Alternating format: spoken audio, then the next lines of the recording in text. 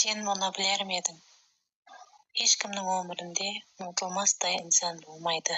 Яғни хамме өмірдегі адамдар ұмытылады. Егер сенде мына қасиеттер бар болса, демек сен кімніңдір өмірінде еліге жегем ұмытылмас инсансың.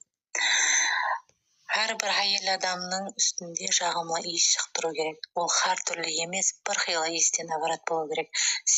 Ол иісті сезген кезде оның ойына сен келіп тұрған болуың керек. Ал екіншісі сен басқаша күлкіменен естілуің керек. Ол күлкіні естігенде ол инсанның ойына сен келуің керек.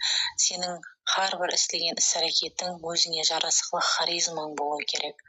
Ал бұл іс-әрекеттің қандай да бір бөлігін басқа инсаннан көрген кезде ол инсанның көз алдына сіз сәулеленесіз.